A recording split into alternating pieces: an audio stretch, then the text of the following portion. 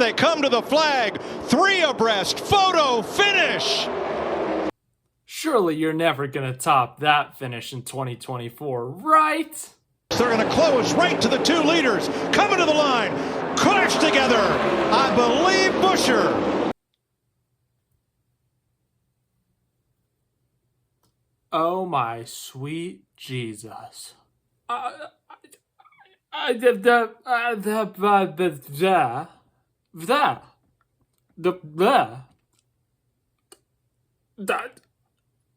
is NASCAR on this year, people? I mean, oh my God.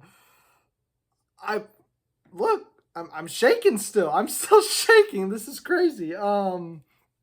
We just witnessed, this is not exaggeration, this is statistical information right here, the closest finish in NASCAR history.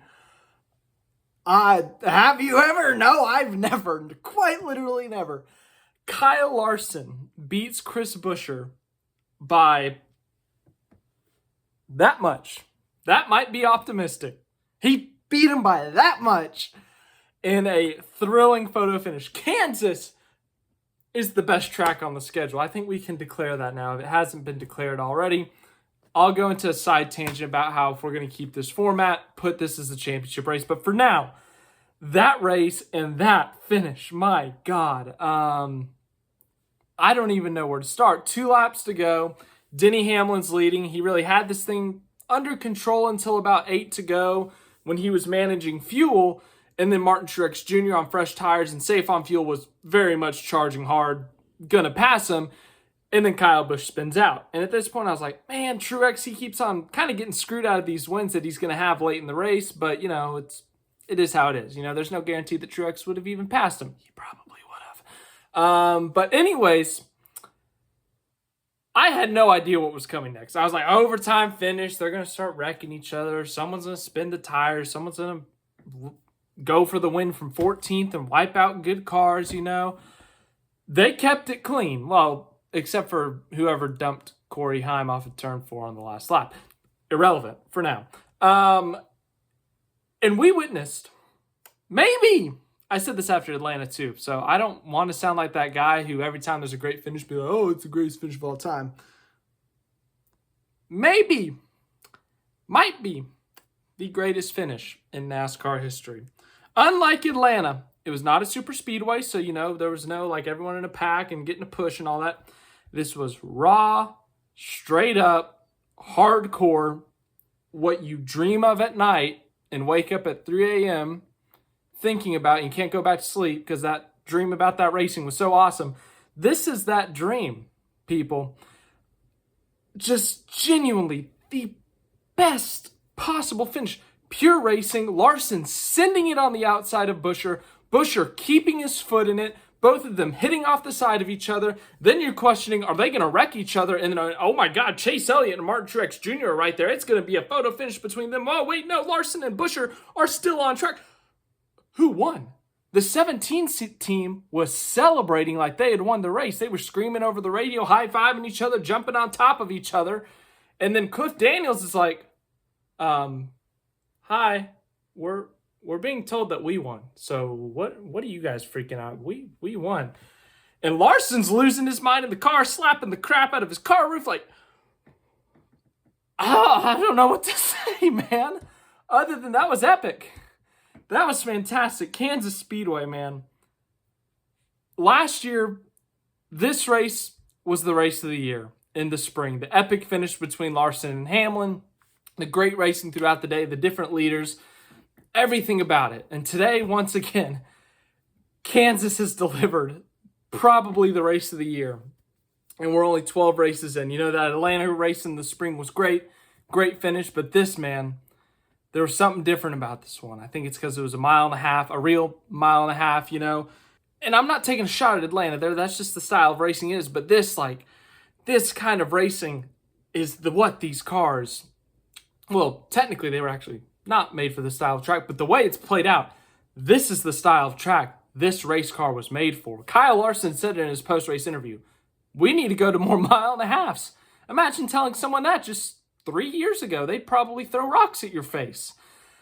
But now when you say it, it's like, yeah, let's do it. Let's go back to mile and a half. And then we're going to get in this eternal cycle of where to go. But I don't want to be negative tonight. That was a fantastic race. That was an all-time great finish. The closest finish in NASCAR history. .001.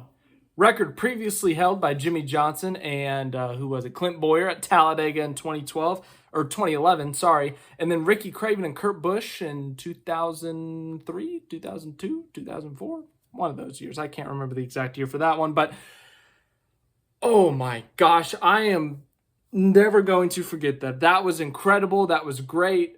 Larson just ripping it on the outside, as I said. Buescher keeping his foot in it. Buescher could have said, yeah, second place, it is what it is. Okay, Larson, go around the outside. But no, Ford desperately needs a win. That was the most speed they've shown all year, and it was from Chris Buescher at Kansas. Larson has come so close to a couple of wins this year, but has fallen just short. He's going to send it for that win. He's already in the playoffs. Why risk it? And then right behind him, you got Chase Elliott, who's already got a win. You got Martin Truex Jr., who hasn't won yet, but he's going to get a win at some time this year. Just all around fantastic finish. It was so beautiful. It was so beautiful. A tear is rolling down my cheek. But man, as I said, just outside of that finish, still a fantastic race. That first stage, man, no one could pull away. Chastain and Larson alternating slide jobs. Christopher Bell was in there for a bit, exchanging the lead with those two. And ultimately, it came down to Denny Hamlin running from 15th, coming up through the field. He takes the lead and he goes on and wins the stage. Stage 2 wasn't as intense, but still some great racing up front. We saw Chris Buescher get the lead, the best speed that Ford has shown all year long outside of a super speedway. And as I said, we just saw this throughout the whole field. 3, 4, 5 lines. We saw a 5-wide pass for second place early in this race. Everything was happening today. We had everyone going through the field. We had everyone running every line you could possibly imagine. We had such high expectations for this race because Kansas in the next-gen era has had some of the best races in the next-gen era. And I keep on thinking to myself, there's that one bad thought in the back of my mind that's like, what if this is the time? What if this is the time that Kansas puts on a meh race? Not a bad race, but just a mediocre race, even an average race. What if this is the time? And I thought that this morning. I was like, what if this is the time that Kansas doesn't put on a great race or even a good race? What are people going to do? Are people going to start trashing the car again? Are people going to overreact and say Kansas should get a date removed? What would happen? Well, thankfully, the back of my mind is stupid because, oh my God, that was the race of the year. As I said, man, everything about this race, the racing up front, the racing in the middle, the racing at the tail end of the field, everything about it. We had some pit road mishaps with Chris Buescher. They had a pit road penalty. We saw Denny Hamlin, his pit crew did everything right. He did everything right. It's just they got pinned in their pit stall once and someone cut across them in pit road, and we had to see Denny Hamlin come from mid-pack to back of the field multiple times. We had to see some of these really fast cars drive up through the field. Everyone was complaining last week, dirty air, dirty air, dirty air. This week, please, someone, please, I dare you to complain. I dare you. Give me one complaint about this race. I can't think of it. And people, if you complain about the fuel saving at the end, that's just how it was. That's just how it played out. There was fuel saving. There was strategy at the end of this race. This race quite literally had everything. I can't think of a single complaint. I can't. Maybe it's just because I'm high off the finish of that race. Maybe it's just because I'm high because I love that race so much. Maybe it's because I'm high because I love Kansas so much. Kansas is I love you so much. Kansas Speedway, you have once again delivered the race of the year. Second, maybe third straight year. But we have to talk about the results of the race. Kyle Larson, his second win of the season, his second win on a mile and a half this season, that first one at Vegas. This one, though, a little bit closer. That Vegas race, he had Reddick chasing him down, but he was able to hold on, dominated that race. This race, not so much. He led a good chunk of laps, 50, 60 laps in this thing, scored stage points in both stages. Ran up front, as I said. But ultimately, it came down to a late race restart. And late in this race, man, Larson looked stuck in the mud, in a sense. He ran third the majority of that last long green flag stint. But then suddenly his car just went tight, and he literally fell off a cliff. Fourth, fifth, sixth. I think he was seventh or eighth by the time the caution came out for Kyle Busch's spin. And I was like, well, I guess Larson's out of this thing unless they do some strategy thing. And they did. Hamlin, Larson, Buescher, Elliott, and a few others took 2 tires. And so they had a little bit of buffer to the 4 tire guys. And Larson restarted third behind Denny Hamlin, who, remember, wrecked Larson on the last lap of this race last year.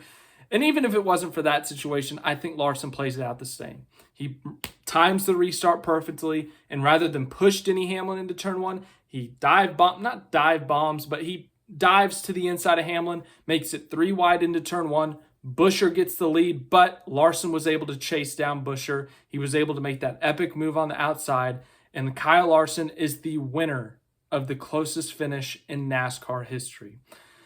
But for every winner, there's a loser. The loser in the closest finish in NASCAR history was Prosper, Texas' own Chris Buescher. Now, Chris Buescher, Ford, we've talked about it all year. When are they going to win, man? Like, Ford, there's been some weeks that they have just straight up stunk. But if you look at their 2 closest opportunities to win, have literally been photo finishes. This week, they lost in the closest finish in NASCAR history. And in Atlanta, they lost by 3/1000ths of a second. Ford, they turned a corner today, I will say. Chris Buescher had top 5 speed all day, even after the penalty and all that. He led 50 or so laps, 60 or so. He ran, as I said, ran up front most of the day, and he was in contention for this thing late. He was running second, third on that last stint, but he had to save fuel ultimately. And then he took the white flag. He was leading on the white flag lap, and he literally lost by this much. I mean, I don't know what else you can do. This was Ford's best performance at an intermediate track this season, I think. Leading laps, winning a stage, getting all these points. But the winless streak continues for Ford. Unfortunate for them for sure. They thought they had it there for a second, but so close, yet so far. Chase Elliott finishes in third. I genuinely thought Chase Elliott was about to steal this thing. When Larson and Buescher started hitting each other on the door, I thought they were going to spin each other out, wreck each other. Something was about to happen. I was like, holy crap, Chase Elliott's about to steal this. Well, obviously he did not. He finished third. Another top 5. He ran 8th to 10th most of the night. Took 2 tires there at the end. About had this thing, man. Another top 5 for Chase Elliott. They keep that, 6 in the last 7 races that they've had a top 5, maybe 5 of the last 6. Someone can correct me on that math there, but another great run for Elliott. 4th, Martin Truex Jr., man, another race that Truex could have had. Richmond, of course, leading there late. Caution with a lap and a half. Loses on pit road and the restart. But tonight, chasing down Denny Hamlin, has fresher tires, is able to make it on fuel. Hamlin's probably going to run out of fuel. He's going to pass him. He's going to cruise to victory, and a caution comes out. And Truex pits for 4. And when he pitted for 4, I was like, there's no way Truex has a shot at this thing unless there's like 2-3 overtimes. Technically, I was right, but he got to 4th. I didn't think he'd be able to get to 4th. I thought he would have ended up 6th or 7th, but nope. Truex ends up 4th. And fun fact from Mike Joy in the booth, Mike Joy said that the gap from 1st to 4th, which was .075, if that was the finishing margin between 1st and 2nd, that would have been the closest finish in Kansas Speedway history. But instead, it's .001. So the distance from 1st to 2nd was .001. The distance from 1st to 3rd was .06. And then the distance from 1st to 4th was .075. So almost 4 wide there for the win, which is just freaking insane, man. Denny Hamlin had the best view of this thing. He restarted in the lead, but as I said, got jumped by Larson. They split him outside and inside, and then he got passed by Elliott, by Truex, and at that point, the win was out. Like, he's not winning this thing. Just fight for all you can in terms of points at this thing. He won a stage in stage 1, picked up a playoff point from that, but he got a great view of the closest finish in NASCAR history. 6th place, Christopher Bell. Good day for him. Led some laps. They finally finished a race after, 4 straight DNFs or something. So they're just happy to finish the race. And a 6th place finish, great result for them. 7th place, Alex Spellman, good day for him. 8th place, Kyle Busch. Led some laps in this race, looked actually really good throughout the day. Was running in the top 5, but then spun out with 4 to go. Was able to put some tires on it, recovered up to 8th there, my bad. 9th place, Noah Gragson, great day for him. Started up in the top 3 and 3rd, and then just continued to run in the top 10, top 15. He fell back a little bit at one stint in this race, but was able to rally for a 9th place finish. 10th place, Michael McDowell, good finish for him. Was involved in a wreck earlier in this thing. Top 10. 11th place, Brad Keselowski. 12th place, Ryan Blaney. 13th, John Hunter Nemechek. 14th, Todd Gilliland was running top 10 in this last stint, the last green flag stint, made a strategy call, and they were 8th place, 9th place, the majority of that last run. They ended up 14th, though. 15th, Josh Berry. 16th, Stenhouse. 17th, Bubba Wallace. An extremely disappointing day from 23XI Racing. I don't think they led a single lap. We look at this track as 23XI like, oh yeah, 23XI, they're going to win here. I mean, look at it. They've won here with Kurt Busch, Bubba Wallace, Tyler Reddick. The only race they hadn't won here in the next gen era was their team owner, Denny Hamlin. And so we expected them to, at the very least, be competing for the win or a top 5. They were nowhere close. I don't know what went wrong today, but 23XI was a massive disappointment today. Bubba Wallace and Tyler Reddick, I don't even know if they ran in the top 5 on raw speed today. Extremely disappointing result for both of them. 18th, Justin Haley, really good result for him. 19th, Ross Chastain, led a lot of laps early in this race, scored a lot of stage points, but just kept on falling off as the race went on. You know, they were second in that first stage, as I said, led a lot of laps, 40 or so laps. And then the second stage, by the end of it, they were back half of the top 10, 9th or 10th, and then they just kind of kept falling. I really don't know what happened to them there. 20th, Tyler Reddick, as I said, extremely disappointing day for them. 21st, Chase Briscoe. 22nd, Corey Heim spun out on that last lap. 23rd, William Byron, probably their worst race of the year, other than what race did they crash out early in? Was it last week at Dover? They crashed in stage 2 or something. But this one, Byron had really good pace in practice, but then in qualifying hit the wall, had to start at the back. Actually was in the top 10 for a few laps there, but just ran mid-pack most of the day, and then ultimately 23rd. 24th, Carson Hocevar was top 10, had to pit in that last long green flag run, and ultimately they finished 24th. He was running right near the top 10. 25th, Austin Dillon. 26th, Corey LaJoie. 27th, Daniel Suarez. 28th, Ryan Preece.